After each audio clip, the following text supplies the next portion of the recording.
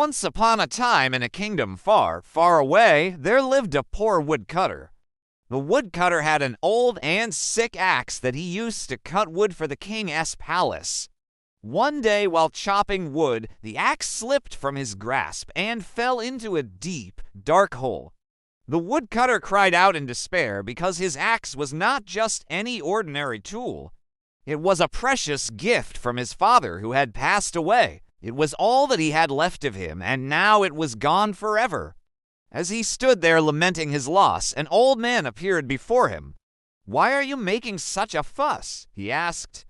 The woodcutter wiped his tears and explained to the old man about his precious axe. "Oh, I'm so sorry to hear that," said the old man.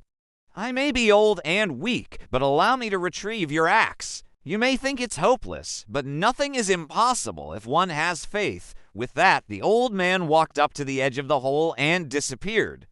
The woodcutter watched in disbelief as the old man seemingly vanished without a trace. Just when he began to lose hope, he heard a loud shout. "Hey, whoever's down there, I found your axe." The old man was back, and in his hands was the woodcutter's axe, safe and sound. Overjoyed, the woodcutter thanked the old man profusely. "How did you do it? How could you possibly breathe down there?" "It's dark and dank and probably full of poisonous gases," he asked in amazement. The old man simply smiled and replied, "It's not impossible if one has faith." Then he disappeared again, leaving the woodcutter even more confused than before. After a while, the woodcutter mustered up his courage and decided to investigate the hole. He climbed down into the darkness and found that it wasn't as bad as he had imagined. He could see perfectly well, and most importantly, he could breathe without any difficulty. As he descended further, he noticed something strange. The walls of the hole were lined with countless precious gems that glittered in the dim light.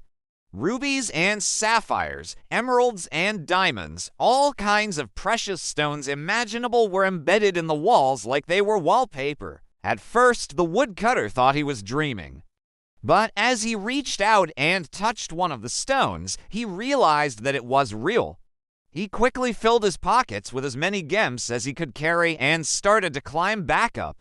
But as he emerged from the hole, he heard a booming voice that shook the very foundations of the kingdom. "Who's there? Who's been stealing my treasure?"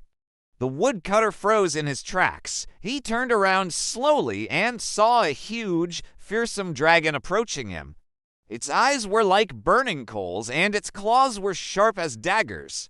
The woodcutter was terrified, but he stood his ground and called out, "I'm just a poor woodcutter, great dragon. I swear I haven't stolen anything." The dragon snorted and replied, "That may be so, but someone has been stealing my treasure, and I want it back." The woodcutter thought quickly.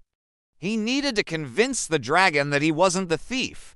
So he said, "I didn't steal your treasure, but perhaps I can help you find the real thief. After all, I know a lot of secret tunnels and hiding places in the forest." The dragon considered this for a moment. "Very well," it said finally. "If you can bring me back my treasure, I'll let you keep half of it for yourself." The woodcutter knew that this was his chance to escape poverty. He agreed immediately and set off into the forest. Now, you might be wondering, how could a poor woodcutter outsmart a greedy dragon and claim half of its treasure? Well, to find out, stay tuned for part 2, where our hero's cleverness and determination will be put to the ultimate test. Will he be able to outwit the cunning dragon and get his hands on some riches? Or will the dragon reclaim his treasure and punish the woodcutter for his troubles? Only time will tell.